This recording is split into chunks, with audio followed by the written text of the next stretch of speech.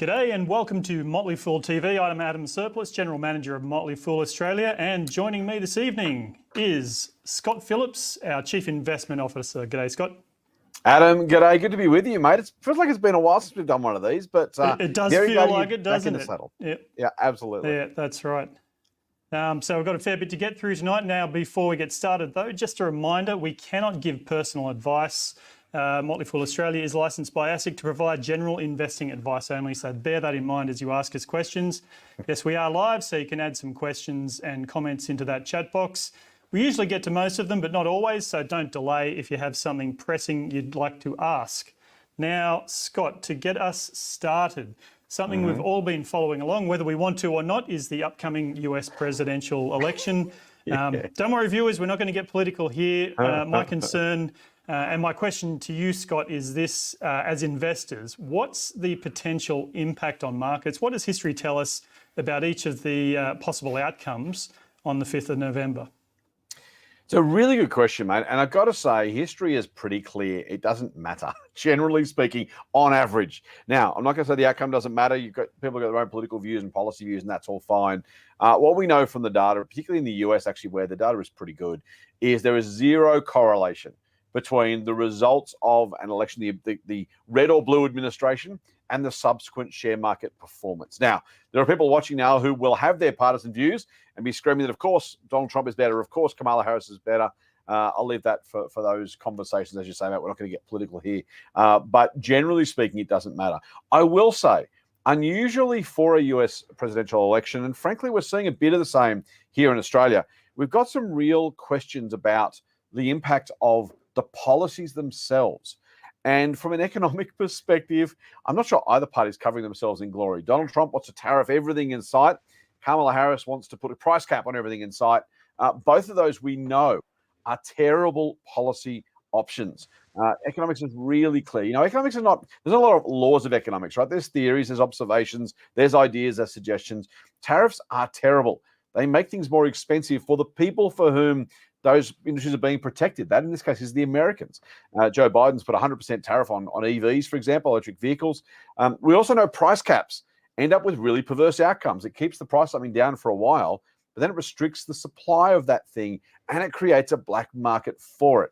So I don't know, mate. It's one of those things. I have my personal political views. I have my personal preferences as to who I'd most like to, or maybe least like not to, be in the White House. But I do fear a little bit, no, fear's the wrong word. I do worry a little bit about the kind of populism that's entering politics in the US. And frankly, here at home, we've had the supermarket inquiries that, you know, all of them, the Nats, the Libs, the Labor, they all want to blame the supermarkets for inflation and try and stick up for the average person, all that kind of stuff. A lot of political theatre, not a lot of really good economic thinking. And I've got to say right now, we need some of that. Our budget, not as bad as the Yanks, but you know, needs a bit of work. There's plenty going on. But yeah, look, it's unlikely the US election result leads to meaningful change on the markets. Now, as I said, if you're a Trump supporter, you think Kamala Harris is terrible. If you're a Kamala Harris supporter, you think Trump's terrible. We saw, by the way, when Trump was elected the first time around, that our market dropped massively on that day because it was so unexpected, no one was sure. By the time the US market opened, it opened down and finished up. Our market the next day raced back up again. And so you kind of say, well, what was that all about? Generally speaking, mate, investors are pretty good. Look, the market's inefficient from time to time, and sometimes for long periods of time, sometimes for individual companies. But broadly speaking, gets it roughly right. I think you don't have to worry too much about what might be coming election-wise when it comes to your investment returns, when it comes to the economy. Here's the thing. Well, hopefully investing, all of us, I mean, we have a 5+ year investment horizon at the Motley Fool. Start with that and say, well, hang on, whoever gets elected on November 5, in 5 years' time, that person's either gone or potentially fighting for a second term. The impact is not, you know, again, have your policy views, but from an investing perspective, very, very likely it's not particularly meaningful for the average portfolio of the average Australian. Understood. And now, of course, the other big news in the last couple of days is yet another escalation of the Middle East conflicts. Conflict. We've got Iran joining the fray, lobbing missiles into Israel. Israel responding with a ground incursion into southern Lebanon. Again, we saw the US market react, I think it was Tuesday night, pretty instantly. There's a lot of talk about further escalation. Is this going to affect oil prices? We haven't really seen that yet at the Bowser, which is interesting. Normally, Australian petrol vendors are very happy to jump on any excuse to crank up petrol prices locally. Yes, Look, this is a human tragedy, to be sure. I don't want to diminish that. But no, that's a good point. Are there steps that we should be taking as investors to guard or protect our investments, given that this conflict does seem to be moving markets? So that's a really good question. The oil price actually jumped 5% when I think it was the first Israeli rockets into Lebanon, from memory. These things moving so quickly, it's kind of hard to keep your bearings. As you say, though, mate, I think the most important thing I do want to say, and we want to say, is the human toll, the human impact is far more important than the financial one, right? We will talk about the financial impact. That's what we're here to do. The markets continue to move, commodities continue to trade, prices are impacted of your assets or the assets you might want to buy. So we will absolutely do that. But it's really important to get this in context, to get the priorities straight. It's a human tragedy first and foremost, and then we get on to the economic impacts. When it comes to the oil price, it's been actually, I'll start with the stock market. What's been fascinating this week from a market watcher's perspective is almost nothing's happened on the stock market. In fact, we've had some really, really, really small moves. Today, there was a gain of less than 0.1%.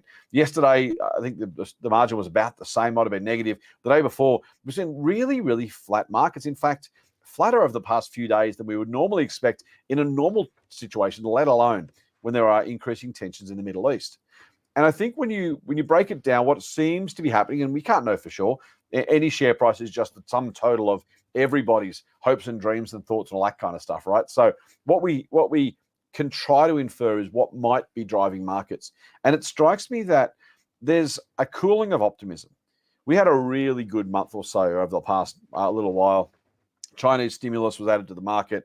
US cut rates, of course. Japan, the carry trade. There was a lot between August, sort of 2nd or 3rd, I think it was, and about 2 weeks ago. Real optimism back into the market that regulators, administrations, governments, central banks were doing what they needed to do to keep the economies moving forward. And in the past week, that's died away. But it hasn't, as you say, mate, we normally get a sense of immediate and significant response. Big changes, big volatility, big fear, all that kind of stuff. It really hasn't happened.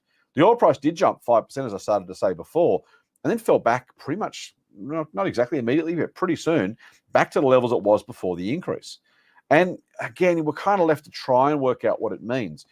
My best guess is the market is not as optimistic as it was, but also mindful that if this doesn't turn out to be a big financial impact, still a massive human impact, but if the financial impact is small, then you don't want to be too pessimistic. You don't want to miss the growth in share prices. On the flip side, no one's making those big bets. They're kind of holding their fire. And so that's kind of why we've seen share prices sit pretty pat for the past week or so.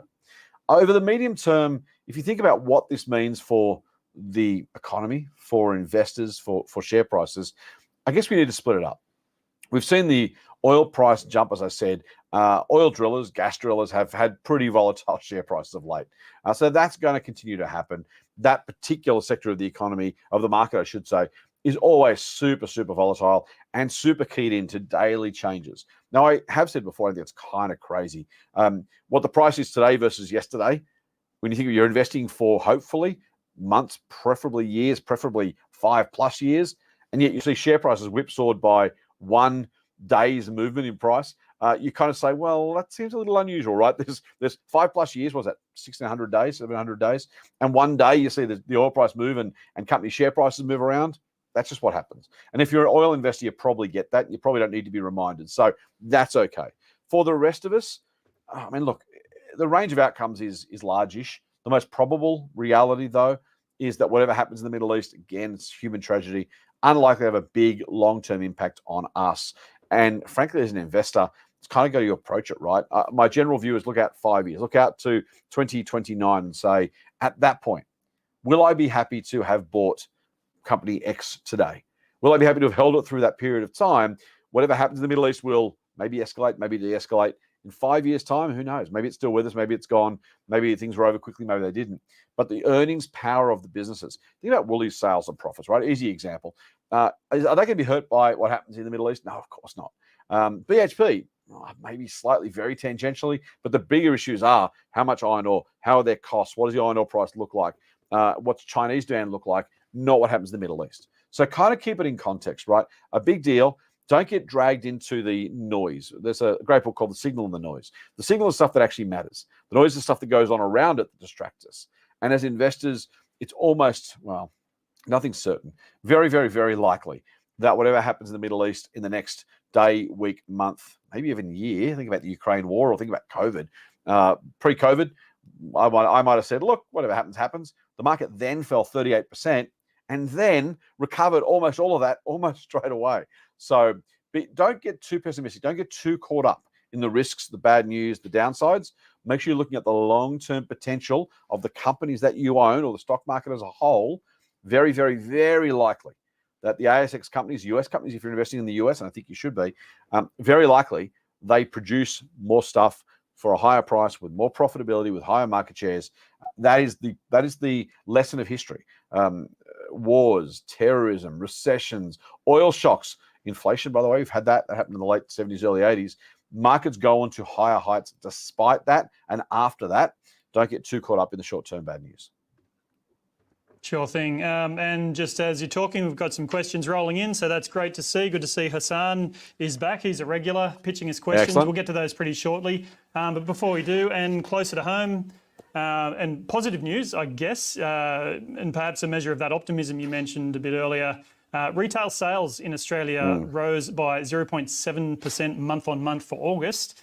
What does that tell you about how we're travelling in the broader Australian economy? I would like one day to give people some good news and for it to just be good news.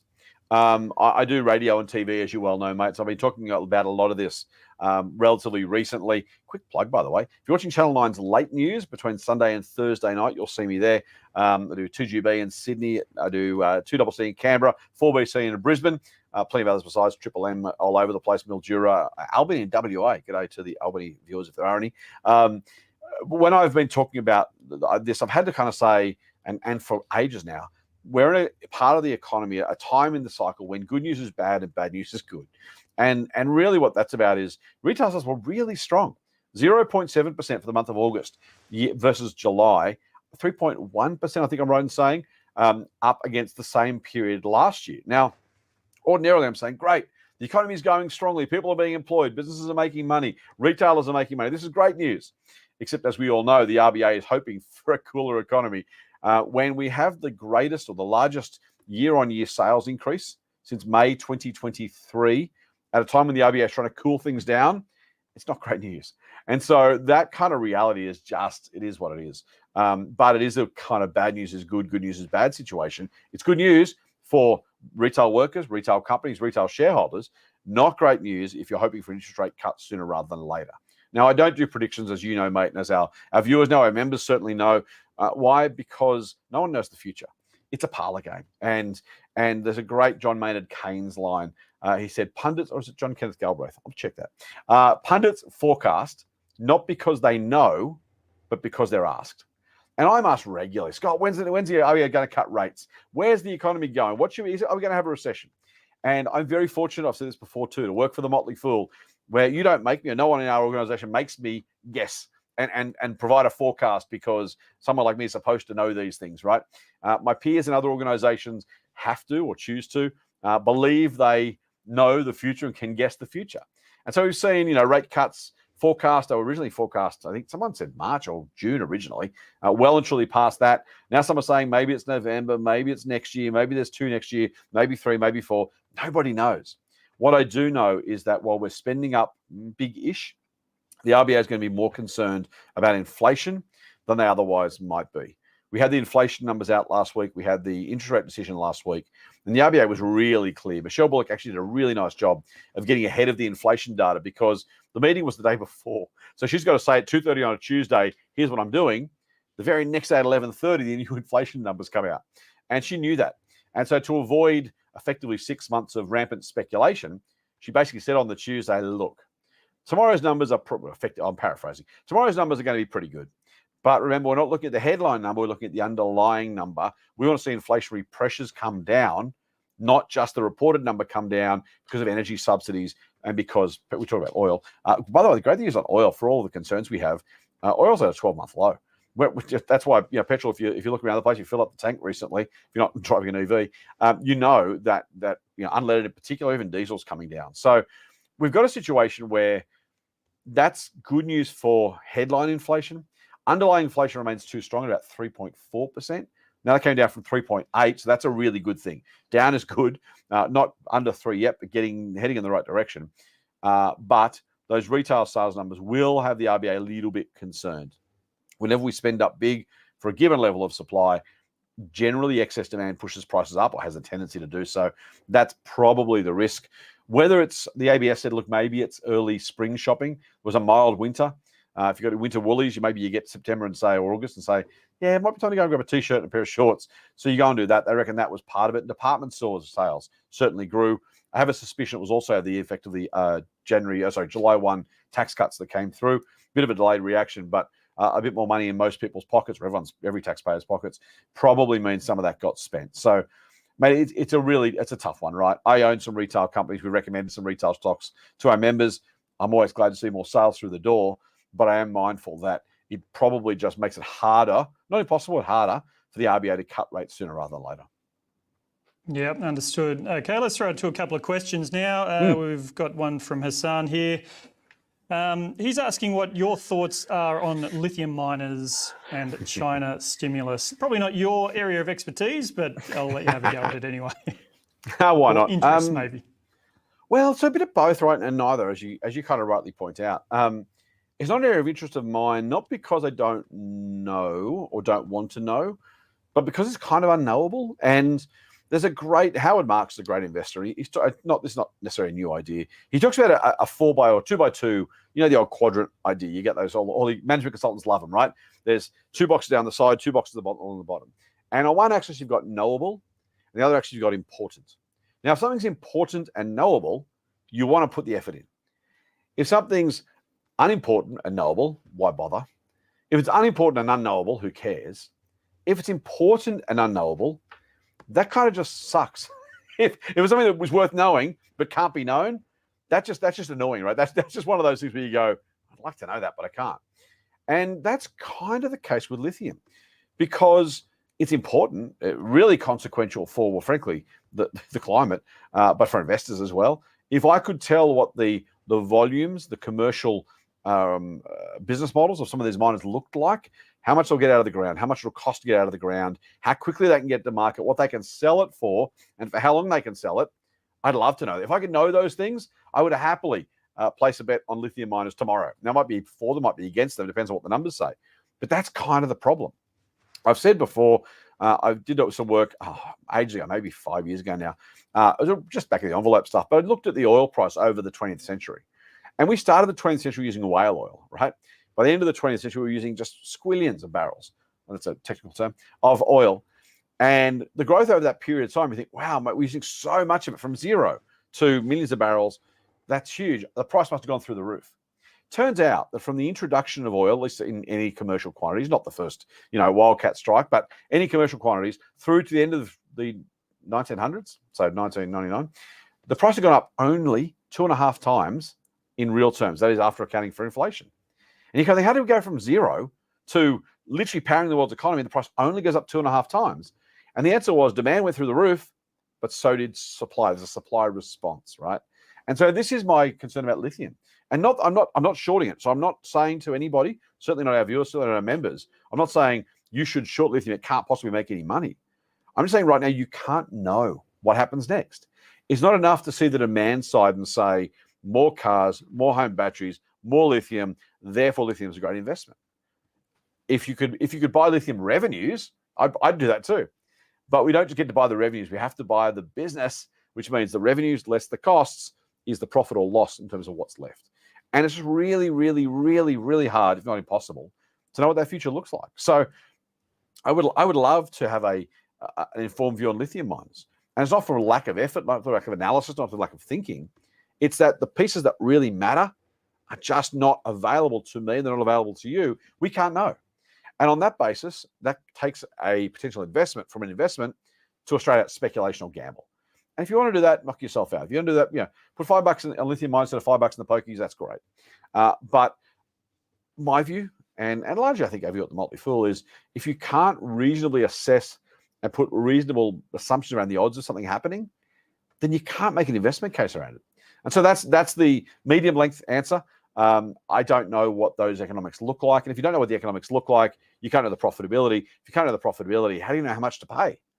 And you can't. That's the fundamental answer. It is okay, as Warren Buffett would say. His too hard basket is massive. Small in tray, small out tray, massive too hard pile. You don't have to know. It doesn't make you a bad investor. It doesn't make you a bad analyst. It's okay just to be like, I don't know. I'm giving it a miss. So that's what we're doing. No worries. Okay, another question from Hassan, and this time you are the expert in this one. He's asking about Domino's Pizza. I'll remind you, Hassan, that we prefer company names. We don't look at ticker codes here at Motley Fool. This is Scott's bugbear, but we won't harp on that again. We've done that in the past. Let's do it again. We're investing in companies, not ticker codes here at Motley Fool Australia. Okay, well done. The quick version. Look, Scott, you've doubled down on Domino's Pizza recently. Can you just run us through quickly what your rationale was for that? Yeah, look, so I own shares in Domino's for the record. We've recommended it. The Motley Fool, I think, owns shares. I'm pretty sure. I can't remember. Anyway, just you need to be aware of that. Domino's is the business model of Domino's is spectacularly good. Right? They are very small shops making very large quantities of pizzas under a franchise model where the franchisor, so the franchisee, carries most of the cost of those stores. They are very cheap, very easy to make. They're very easy to distribute. They stay hot if you're close enough to the customer. It's a really, really, really great model. There's a fantastic episode of a podcast. I think it's Invest Like the Best. I could be wrong. Well, it's about the Domino's business model. It's about the Domino's US. But search that out, I should say. Seek that out. Have a listen. It's great. It's Domino's US, but the model is the same because it's effectively the same business. Domino's Australia is different to Domino's US, by the way, but the model is roughly the same. It's a really attractive business model. What Domino's Australia has had real trouble doing is having all cylinders firing at the same time. We had for a while growth in the international businesses. The Australian New Zealand businesses fell in a hole. Post-COVID, sales were down because we all bought them when we were staying at home. Once we go back out again, we went, well, hang on, I'll go out. I won't buy Domino's. So sales fell. And they tried to recover some costs by adding a delivery fee, which the customers hated. Massive own goal, made a mistake. It happens. You give something a go. Sometimes it works. Sometimes it doesn't. They got that wrong. They took it away. And now the Australian New Zealand businesses are back in really good growth. It's high single-digit same-store sales growth, really, really strong. The problem is at the same time, now that's going well, the international businesses are struggling. And so it's been a few years. And the other thing is really tough to look at Domino's and really draw a straight line through any of their earnings because you had, pre-COVID, COVID, post-COVID, and then year on year kind of ups and downs when you're comparing against this time last year, really hard to do because you had different circumstances playing out. The reason I own Domino's is because I think there is meaningful upside left in Australia and New Zealand. I think they'll get the international businesses right. And if both those assumptions are right, sales will be meaningfully higher, profit will be meaningfully higher from here. And why do I think they'll do that? I think we know that it's not quite a network effect, but you got Domino's. I've got two Domino's. So in my area, there was one. Then they put a second one, then a third in the kind of surrounding kind of area, suburbs or little townships and hamlets in the Southern Highlands where I'm in New South Wales.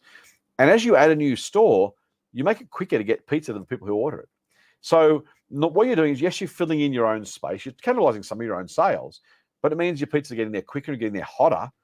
You're also getting better economies of scale. And that tends to self-perpetuate, right? Now it's quicker and hotter. I want more of it. I'm more likely to order it. So I build scale on that one. I open another one, another one, another one. And so as you're filling in these geographic black spots, if you like, you're not only getting more sales overall, but you're improving the experience for every single customer because the store I used to order for was 10 minutes away. The new one's only 5 minutes away. So I'm getting a hotter pizza. So is everybody else. The store that's 10 minutes away only does its local area now. So those people get hotter and faster pizzas. So the growth story, I think, has a long way to play out. These guys are really good at what they do. Don May, the CEO, I think, is a really good guy. He knows his stuff, doing a very, very, very good job. Why has the share price fallen? Because the company's tripped over a couple of times. Tripped over here at home. By the time it fixed that, it tripped over in international sales. Maybe the bear case is, or the risk is, they don't get it sorted. The international business is a bust. The Australian business is almost certainly very good.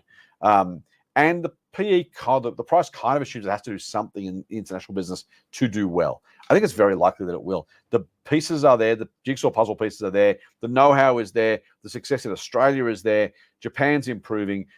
Europe's a bit of a challenge for them. I suspect, I've said this before, this is rampant speculation, speaking of making predictions. I suspect at some point they will probably take over the UK Domino's business. I think there's much more runway for growth, plenty of opportunity for that growth to happen. I think it probably will. Again, I don't give guarantees. I don't want to be overconfident on this stuff, but I think on balance, very, very likely, Domino's hits its straps and is a bigger business in 5 years than it is today. If that's true, I think today's share price is pretty good. Awesome. And that's the real reason we're having this conversation at 8 p.m. after dinner time. That would have made me pretty hungry. Okay, question from TC about portfolio construction. So is there a minimum or maximum percentage that you would set for any individual company in your portfolio? And if you do that, does that mean that you are watering your weeds and cutting your flowers? Such a great idea. I love that analogy too. Watering the weeds means, if there's something small, you add to it because it's small. Or if a share price is falling, you buy more of it as it falls. Well, cutting your flowers, obviously, or pulling your flowers is, well, I own shares in a company. It went from 5% to 10% of my portfolio. So now I'm selling some, even though it's going really well because it's grown so nicely. So it's a wonderful, wonderful analogy. It's a personal decision, and it comes down to risk tolerance, honestly. Was it TC, I think, was the questioner? TC, it comes down to personal risk tolerance. The more concentrated you are, the more risk you're adding to your portfolio. Now, the more potential upside, but the more potential downside. And generally speaking, Buffett says, don't go back to square one. So as much as I would say in a perfect world, hey, back your winners, let them go all the way. If a company's 99% of your portfolio because it's doing really well, that's fine. But that's horribly, horribly concentrated, right? And if something goes wrong, bad luck, competition, regulation, bad management, fraud, whatever, you're super, super exposed. Now, I know you're not saying 99%. I'm using that as an extreme example. On the other side, something that's too small. Yeah, if something's 0.1% of your portfolio, you go up tenfold and it becomes 1% of your portfolio. It's just not big enough to have a meaningful impact on what you own. Our general advice to the Motley Fool is 20 to 25 companies is roughly the right size for most portfolios. That's because you get the maximum benefits of diversification without going so far that you end up having too many companies and you're so diversified that no individual business is adding enough value to your portfolio to actually make a difference. So that kind of number is about right. And if you start with that, 25, 100, 4% is the average position size, right? That's not difficult maths on a Thursday night at 8 o'clock. So think about that in the context of that. By definition, then, if you've got something that's 10%, you've got a couple that are probably 2% each or 1% each, or quite a few that are smaller. Generally speaking, I reckon a good rule of thumb is less than 1%, you're probably majoring in the minors, right? You've done all this research, you've done all the work. If you like it enough, but you don't want to have that much of it, maybe have a look. Now, I'm not saying add automatically. So your point about watering the weeds is really important. If it was 5%, it's gone to 1%. Don't add more just because it got too small, right? If it's a terrible business, maybe you want to sell it, or maybe you do want to buy more, but don't act just because the position size has changed. On the top end, more than 10% is probably too much for most people, simply because when that company's share price moves, it moves up, you're happy. If it falls, there's an outsized impact on your portfolio. Now, a bit of inside baseball here. I have 3 positions that are larger than that. So it's not do as I say, not as I do. Why? Because I think I've got the right businesses. Maybe that's arrogant, maybe it's not, but it's true. I also have been doing this for a very, very, very long time. And I have a very cast iron stomach when it comes to volatility. I'll tell you very clearly, in the US, in my portfolio over there, Berkshire Hathaway is my largest position, and it is massive. As a portion of my US portfolio, it's more than half, right? Now, ordinarily, that's a stupidly large allocation. I'm not saying you should do that. I'm saying you shouldn't. Well, probably shouldn't. Why? Because I'm okay with Berkshire. I know the business really well. I know the business Buffett's collected. He won't be there forever, but he's put together a really great business, and I'm very happy to own those shares. Now, if it falls 20% tomorrow, that'd suck, but I'm okay with it. As in, I'm not going to do anything silly. It's not going to cause me pain, emotional or otherwise. I'm going to be able to sleep perfectly well at night because I know the businesses that I own. I'm very happy with what they do. If the market responds, let's say Buffett dies. I'd like to hope he's immortal, but let's say he's not. And the share price falls 20%. Well, I'm not going to say, so what? It hurts my portfolio. The numbers are annoying, but I'm not going to react or respond in a way that's going to turn that emotional pain into bad financial outcomes. But as I said, that's me. I have the ability to look at a share price and go, that sucks. Okay, let's move on. Not because I'm perfect, not because I'm superhuman. I've just been doing it a very, very long time, and I've been through a couple of cycles. And hopefully, if there's any value, it's a lot of value in a Motley Fool membership, but hopefully a lot of it is the people that you're getting your advice from, people like me and the rest of our team. We've been around we've been around the process a few times, right? We know how this works. So generally speaking, I reckon less than 1, probably too small. More than 10, probably too big. And maybe ask yourself, think for yourself, how comfortable would you be if a position fell 20%? How painful would that be based on how big it was and how important it was to your portfolio? That's one way to think about it, because diversification is really about two things. It's about permanent loss of capital because you just get a decision wrong. If I'm wrong about Berkshire, I'm going to get smashed. My portfolio is going to be terribly, terribly damaged. So there's risk of being wrong. The bigger one for most people, if you've done your research properly, is the risk of just kind of being, not forced, no one's forcing you, but forcing yourself to just cauterize the pain. Just make it stop. Please make the pain go away. I don't like this anymore. If I sell, I'll be okay. I won't feel bad, but you'll lock in some losses. So it's really about managing your psychology as well as managing the position sizing. Last comment very quickly from me, Adam, is that's true as long as you don't have a lot of correlated risk in your portfolio. If you've got 6 banks and they're all 10% each, that's too much, right? Because you've got 60% in one industry. And so just think about that as well. I use banks as an example. I could use retailers. Doesn't matter what it was. But I want to add that because it's not just individual positions. It's sectors or risk elements.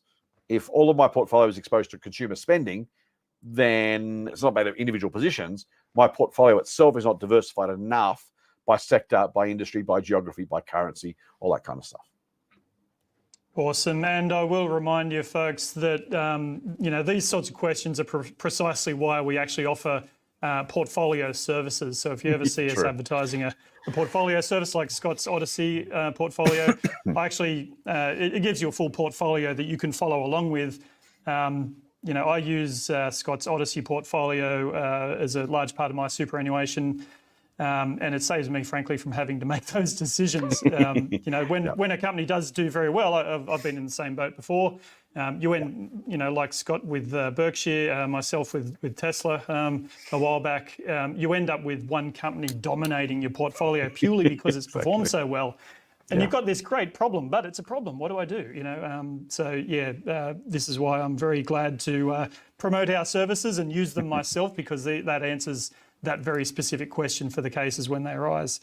Anyway, moving on. Lisa has actually asked a two-parter. Well, it's more of a comment and then a question. I'll read it out. The ATO has sent my son a please divulge your share portfolio notice, and he's never bought or sold shares. And then Lisa goes on to ask about what the tax implications are of selling shares. So the first part is very interesting. I've just been doing my taxes. And every year, first time I did my tax return was way back in the 1850s or something, when we had to do it on a stone tablet. It was all on paper. You had to self-declare your income, right? These days, every year, I'm seeing more and more data being fed through to the ATO. I used to be a software developer in an ATO building down in Canberra, working for a government agency. Blame me if you like, I was part of it.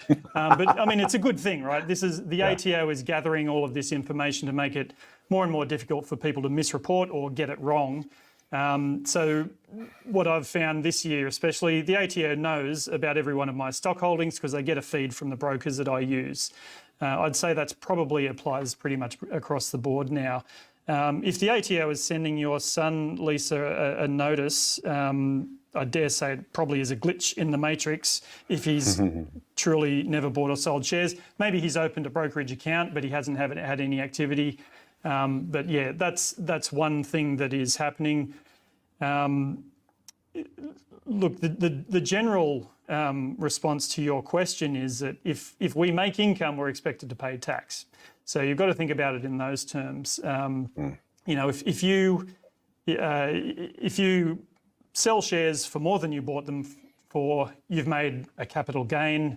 That's income, and you have to pay tax on it. Now, we're not quite at the point where the ATO's systems are able to calculate that for us. They're still relying on us to report to them, because it can get pretty complex, exactly how much money we made, and there's a discount if we held shares for more than a year. But that's the reason that you're seeing these notices from the ATO. Scott, I'll throw you the second part of that question, which is, what are the tax implications of selling ASX shares now that we're being watched more closely? Yeah. Hey, can I just add too, mate? Only just a thought, and I would just be very, very, very careful to make sure that the inquiry is actually coming from the ATO. There's a lot of scams out there at the moment. I'm not saying this is a scam necessarily. Linda, I think, wasn't it? Lisa. Is Linda? Lisa, sorry, Lisa. I haven't got glasses on. How bad's that? Getting old. Lisa, just I don't want to worry you. I don't want to worry your son, but just please make sure that's a legitimate question. There's so many so-called phishing scams out there where they try and get information from you. Please, please, please make sure it's the ATO. Just be really, really, really, really, really careful. If you're not sure, call them. Call their number. Don't use a number that's sent SMS. You literally look up the number online, call them and say, hey, I've got this notice. Is it legitimate? What do I need to do? It may be, and if it is, that's great. Do what you're told. By the way, the ATO, it's good to follow the rules, but please be careful. Don't send anything on links on emails. They won't ask you to send stuff via email. Someone saying, hey, please disclose your portfolio just feels a bit, I don't know, spidey senses are tingling now. Do the right thing. I'm not saying ignore it. If it's real, please don't ignore it. But also make sure it's real. Tax consequences of selling shares, pretty straightforward. There are capital gains taxes in Australia. If you hold shares for less than 12 months, you will pay capital gains tax at your marginal tax rate. If you're a 37% taxpayer, you'll pay tax on those capital gains at 37% of the gains you make. Buy for 100, sell for 200, you make a $100 profit, 37% tax, $37. That's the business. That's what you owe to the ATO. If you hold it for longer than 12 months, you only have to pay, that's about a 50% capital gains tax discount. The ATO officially say you pay your marginal rate on half of the gain. The rest of us just say you pay half your marginal rate. It's the same thing. So if you're in the 37 bracket, I made my life difficult, haven't I? Then you're paying, was it 18.5%? Yeah. So you pay 8.5% of the $100, $18.50. Is what you'll have to pay. That's kind of the way it works. You can include, you must include, you should include for your own sake, brokerage costs in calculating your gains, any cost of buying the shares, any cost of selling the shares. You can reduce your capital gain by that amount. So make sure you do that as well. If you have any losses from other shares you've sold at a loss, you can offset your capital gains against that. So if I've lost $100 and made $100, you offset those, you pay no tax. Numbers never add up entirely, but you can offset the difference. If you made 100, lost 10, you'll pay tax on the 90, not the 100. So those are the way that taxes are applied. I will say, as we say regularly, we're not tax experts. We're not tax agents. We're not accredited accountants. We're financial advisor. We give general financial advice. So please ask your accountant if you're not sure. Don't take our tax advice. That's our general approach. But please be careful. You do have to pay income tax on dividends too. So buying and selling shares you asked about specifically, that's capital gains tax. You do owe income tax on dividends. Dividends are a form of income, and you'll have to pay tax on that. You do get a credit for any franking credits that are paid by your company along with that dividend. But those are the ways the ATO will require you to pay tax based on your selling or buying of shares and on any dividends you receive from those companies. Very good. And Lisa had another couple of questions about cryptos. We're not going to cover that here. This is we're covering listed equities mainly. Although Scott, I do have a question actually about other forms of investing.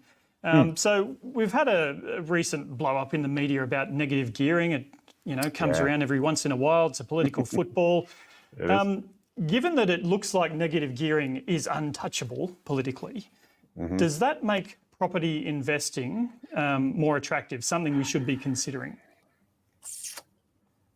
Yes, but not for the tax benefit alone.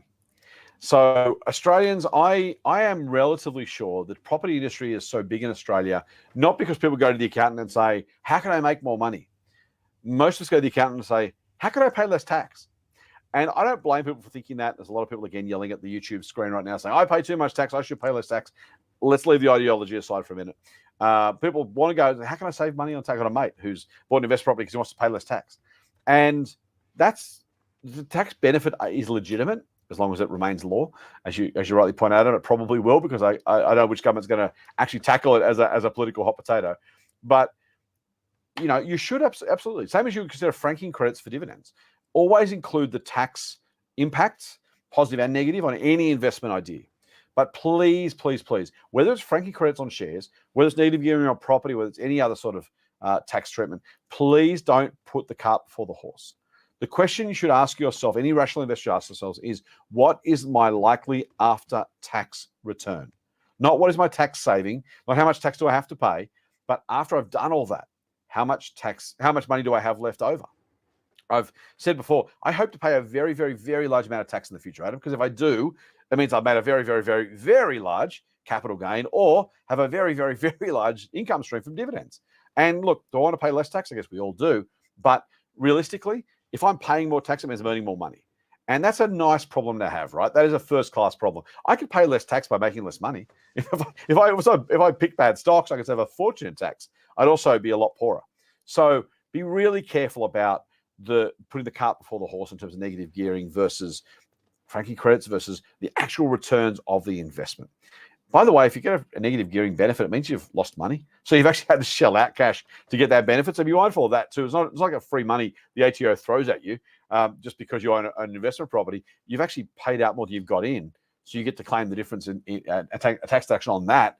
You still lost money. You still had to shell out more cash than you've taken in. So just kind of keep the maths really rational in your head. Try desperately not to ask, how do I pay less tax? Try to ask, how can I maximize my after-tax returns? And if that's by paying more tax, then great. I'd rather make $1 million and pay $500,000 in tax than make $100,000 and pay no tax. I mean, the maths is, I mean, they're big numbers and I'm being silly, but the maths is the maths is the maths. There are so many mistakes made by people who are trying to minimize tax rather than people trying to maximize after-tax returns. Yep, and you'll never get a bill for a leaky shower from your Kogan shares. Which is the other thing that we never really factor in, is it? Oh, so true. And that reference was thanks to Jerry. Jerry had a question. At the end of it, he said, P.S. Kogan, smiley face. Anyway, back to his question, nice. Which is a really good one, actually. If broad-based diversified index investing has proven to be a reliable way to compound your wealth, which it has been, why doesn't everyone do it? I'm trying to convince my mates to get started investing. Yeah. Oh, mate, I wish I knew the answer to that question. It's such a great question because, I mean, Buffett has said, I think I don't want to misquote him. Buffett's will has 95% of his money going to an S&P 500 index fund, right? He said most people should index, and it's absolutely true. Why don't people do it? Oh man, let's delve into the national psyche, shall we? Let's dive into psychology. I only half joking, actually. The answer is because we really struggle to delay gratification. I mean, fundamentally, that's absolutely the reason why. The best thing you do for a teenager is give them 10 grand in an investment account they can't touch till they're 65, and they'll retire probably millionaires. It is literally that powerful, right? Now, no guarantees, no promise. I'm not allowed to give, blah blah blah. You get it. It's incredibly powerful. Why don't we? Because we make excuses. Humans are really bad. I've talked about investing before. I say investing could be defined as the successful ability to restrain or limit our biological urges and impulses. There is nothing in our biology which says, let's put some, fresh game away for 40 years and see if I can grow more buffaloes in 40 years' time. It just wasn't part of our DNA. Monkeys and apes and, squirrels put nuts away for the winter, I suppose. That's about as much as they get. Squirrels aren't putting nuts away for 3 winters' time. And if they did, the nuts would probably go off or be stolen or whatever. I'll leave the metaphors there. We're really, really, really bad at thinking long term. And it's not an insult, it's not a criticism, it's not a put down, it's not condescending. We're biologically programmed to not care about 40 years' time. And it's only as you get older and you get to a point where you say, oh, gee, maybe that matters. By the way, it's why super is so dramatically important. Please, please, please do everything you can in whatever roles you've got to support superannuation as a system. For all of its flaws, we are going to have such an improved retirement than almost anybody in the world and almost any other Australian in history because of the superannuation system. And why? Because it makes us compulsorily do things we wouldn't otherwise do because we're not very good at it. And I've yet to meet a retiree who says, I hate the fact I've got super. I hate the fact I've got so much money. I would have saved this money anyway. Maybe there's one or two out there. Most people will say, I'm really, really glad that happened. I wouldn't have thought about it when I was 18, 25, 35, 42. By the time I realized, at least I had that nest egg there. So, long way to answer your question. Why don't they? Largely because we can't restrain our own biological impulses, and that's not a criticism, again, as I said. The other is it's still a bit opaque, right? It's still harder to do. It feels weird to open a brokerage account. It feels weird to buy this thing called an ETF. What is an ETF anyway? What matters? How does it work? Isn't the stock market a casino? All those things. I've told this story before. My old man, when I was a kid, said the stock market was a casino. Why? Because that's all he saw on the nightly news. On Channel 9 News, market up, market down, market up, market down. Alan Bond, Christopher Skase, look that up for people who are a bit older. It seems like this casino of smart money and everything else. And it really took me a few years and a great economics teacher to realize that Dad was wrong just because he hadn't had that exposure before. And your mates probably haven't either. And it's really, really, really hard. My best advice is 3 words: Vanguard Index Chart. I say it all the time. I've written about it most years. Look up Happy Index Vanguard Index Chart Day on the full website. You'll find my articles about that. Print that out, give them a copy, show them what you can do. 10 grand over 30 years went from $10,000 to $130,000 invested in Australian shares. That's a 13-fold return for doing absolutely nothing. I don't know how to do a much better job than that of convincing people, but that is where really the rubber does hit the road. It's the ability, self-discipline, knowledge, willingness to put that money aside and let it grow. But you're right, everybody should. If we could get everyone to put 10% of their income in a broad-based ETF and do nothing else, I wouldn't have a job, but they'd be much richer. If you then want to do a bit better than the market, we'll try and help you do that, because that's what our services do for the most part. We do have an ETF service, by the way, if you're interested in that. I'm sure you can look that one up. But in the meantime, we have services that try and beat the market, because that's what we're trying to do, is get the market plus more and do even better with our money. But everyone should at least have a broad-based, low-cost index fund, probably an Australian one, probably a US one at least. Give you that diversification, that breadth, super low cost. You get the market return, which historically about 9% a year. Means your money doubles about every 8 years. It's a very, very, very good thing. We're very lucky to have access to it. Yeah, and I'm glad you mentioned superannuation, because I was going to say, Jerry, if it makes you feel any better, they are doing that, whether they realise it or not. True. So, that's true. But like you said, Scott, I mean, this is, for all the negative things you could say about our governments over the years, literally doing what you just said everyone needs to do, investing 10% of your income into broad-based, diversified index, investments. That's what we're doing by law. So that's a really good thing. All right. So we had a question, Scott, from Richard in Ask the Fool. He says he uses NAB Trade. He holds 10 ASX companies and 3 US companies. And he's asking about share registries. So, if you invest in shares, you'll get used to getting a bunch of, I still get physical mail for some reason in the post. If I buy some stocks in a new company, I get an email from like ComputerShare or Boardroom or whoever, one of these share registries. So for a beginner newbie, can you run us through who these companies are? Assure us that they are not actually spam or scams. What's a share registry? Why do they exist? And why should we register with them and give them our information? Really great questions. Once upon a time, when you bought shares in, I'll say Commonwealth Bank to make it, I'll make BHP, it's older. When you bought shares in BHP, BHP would keep a list of its shareholders, the people who owned the shares, right? By definition, you want to know someone's got a list of them saying the legal owners of BHP shares are Adam Surplus, Scott Phillips, John Smith, Jane Smith. That's kind of how the thing worked. And so it was a register of shareholders that became a share registry, right? Makes sense.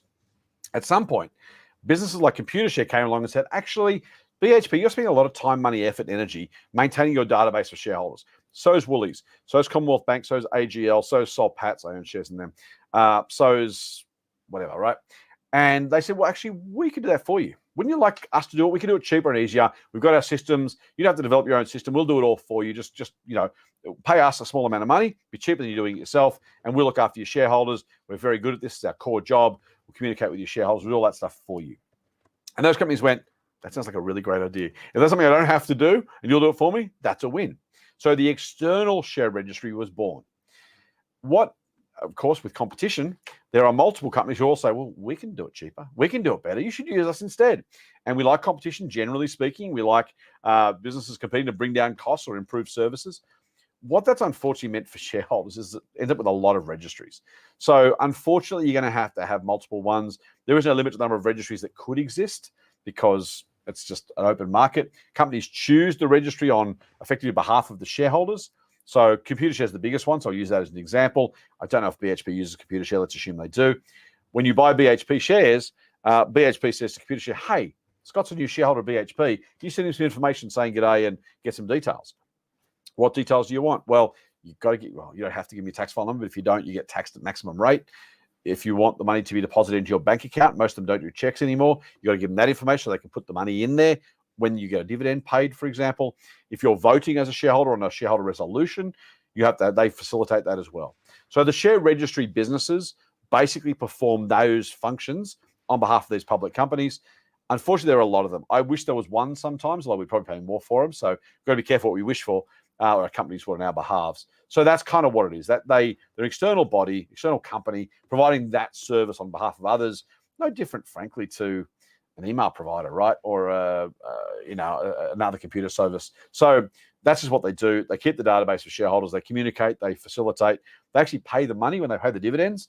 BHP send Computershare the money. They then whack that in your bank account based on how much you have to put in. And that's kind of what they're there for and what they do. As always make sure the company you're dealing with is legitimate. We just mentioned scams and phishing scams and stuff before. But there are Computershare, Boardroom, Link Market Services. There's a couple others out there. Advanced Share Registries, I think used to be a mob. I don't know if they're still around. So yeah, there's unfortunately a few. It is a bit annoying. You've got to have your details in multiple places because different companies use different share registries. It is legitimate. It is fair income. Fill out the forms is my advice. I can't give you personal advice, of course, but I mean, if you don't want to give me a bank account, I don't know how you get the dividends. And if you don't give me a tax file number, I'm pretty sure they're obliged to tax that dividend 48.5% or something. So up to you. I'm not going to tell you what you should do. If you have your ideological views, do what you need to do. I've given my tax file number and my bank details and my address and my email address to the share register, the legitimate share registries, so that my shareholding is more easy to manage. And that's just I think probably a good thing to do. That's why, unfortunately, there are so many of them. There's no way to consolidate them by definition because they are competing businesses, and probably that's good for us as shareholders. Keeps our cost down, even if it does make things a bit annoying from time to time. All right, one final question before we have to wrap it up for this evening. It's another question from Lisa. I have some thoughts about this. So Lisa's asking, what are our thoughts on Palantir? So for those who don't know, Palantir is a US-based software company. Honestly, Lisa, I think the mention of Palantir suggests to me that you're sort of trolling some parts of the internet where some of the get-rich-quick types hang out. Nothing wrong with that. There's nothing wrong with taking a gamble. Palantir is one of those companies. Look, I don't know a lot about it myself, other than that it's mentioned in these places, and that there's a strong suggestion that it's enormously overvalued for the services that it's providing. Scott, I'll get your thoughts on that later. But look, in general, and I know that our parent company, Fool.com in the US, we have a large number of services in the US. I think Palantir might be a recommendation in one of the older ones. It's not especially loved by our US colleagues. And to me, that says it's sort of is more likely to essentially be, one of these sort of meme stock companies, which is not to say it may not do well, but it does suggest to me that it's not a company that will necessarily do well based on it being a great business run by, innovative thinkers, providing great services to people and having a good long-term outlook. We're long-term investors here at Motley Fool, both US and Australia. And to me, the fact that Palantir is not loved by our US colleagues suggests that it doesn't tick all of those boxes. Scott, do you have anything to add? No, not really, mate. I think you're right. The last time we had a recommendation was in 2020 of Palantir. It's only been in a single service in the US. Be really careful of story stocks. That's the same in Australia as much as the US. Things get exciting because they're exciting because everyone's talking about them. And sometimes they go on to be big things. Amazon was a story stock that became one of the biggest companies in the world. I own shares in Amazon, for the record. Tesla, arguably the same thing. Plenty of others are big until they're not. And they're exciting until they fall away. Pointera here in Australia is a great example of that. Went from 5 cents to 85 cents and back to 5 cents again. And it's not to say they're not decent businesses. There's a difference between a decent business or a decent product idea and good investment. Price comes into it, the ability to compound over time comes into it, all that sort of stuff. be really careful of story stocks, careful of meme stocks, careful of stocks that, as you say, mate, that on some quarters of the internet, everyone's talking about. Here's the biggest challenge for Palantir. It's an $84 billion business. So it's 120 odd, I suppose, billion Australian. And the P is 220 times. Now, just to put that in context, the average market's about 15 times. So this is a business that is, what's that, 15 times the average PE? So 15 times more expensive than the average company. And it's already an $83 billion business. Could it be the next big thing? Yes, of course. Could share price go up? Yes, of course. We're fundamental investors here at the Motley Fool. There are plenty of stories. Enron was worth a fortune until people realized it was a fraud. Did it mean the price couldn't go up? No. Was it a good investment? No.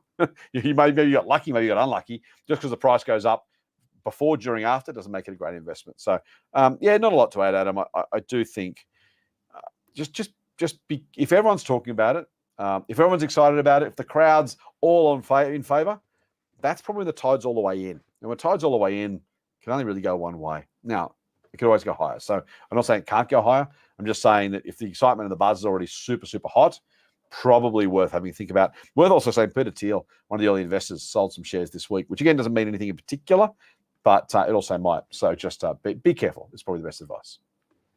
Yeah, great advice. But having said that, invest in what you know, and if it's a business which is in your industry, or you sort of have a insight that the rest of us don't, then take advantage of that. And absolutely, the good thing about investing is that you can choose how much you invest. So if it's a higher risk investment, put a smaller amount in. Good point. You always have that option. I've done it myself, and I've regretted things, and I've had little wins. We all have. But yeah, for me personally, that's I do have some companies that I own purely because I'm playing, and it's probably bordering on gambling, to be fair. But if you enjoy it, then hey, we're only here once. Might as well enjoy your life.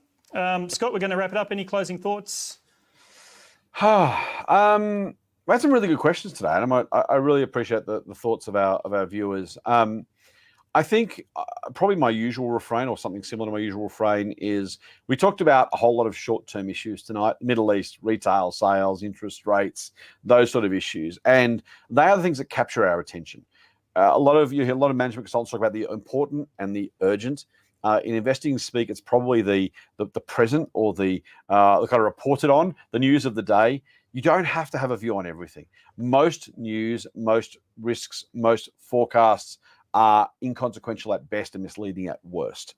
Focus on the fundamentals of the companies that you own, or the market as a whole if you're an ETF investor, and ask yourself, what's likely to happen in 5 years' time?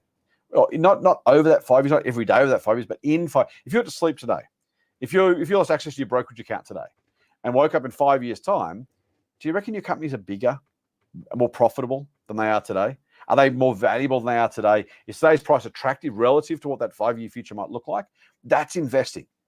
We talk a lot about the daily stuff because it matters, right? People want to talk about it. It matters economically. It matters for our businesses, it matters for our jobs, it matters for our friends, it matters for interest rates, it matters for our mortgage repayments.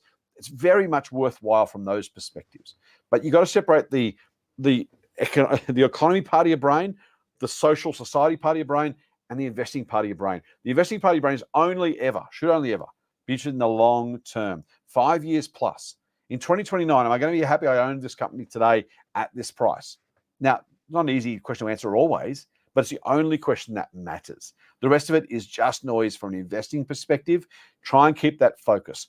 Right now, economy, sure. Impact on our society and our country, absolutely. Investing, absolutely not. That only needs to be that 5+ year time horizon. And the only view is, am I going to be glad in 5 years' time that I bought these shares or kept these shares at today's price? If you can keep that mantra in your head, that sets you up, particularly when there's lots of news, lots of noise, lots of pundits and forecasts and risks and headlines screaming at you. That's the way to keep on the straight and narrow. Awesome. I'm going to let those words echo in our members' heads, and we are going to sign off. Thanks very much for joining us. Thanks for your great questions, and we'll see you next time. Thanks, Phil. Full on.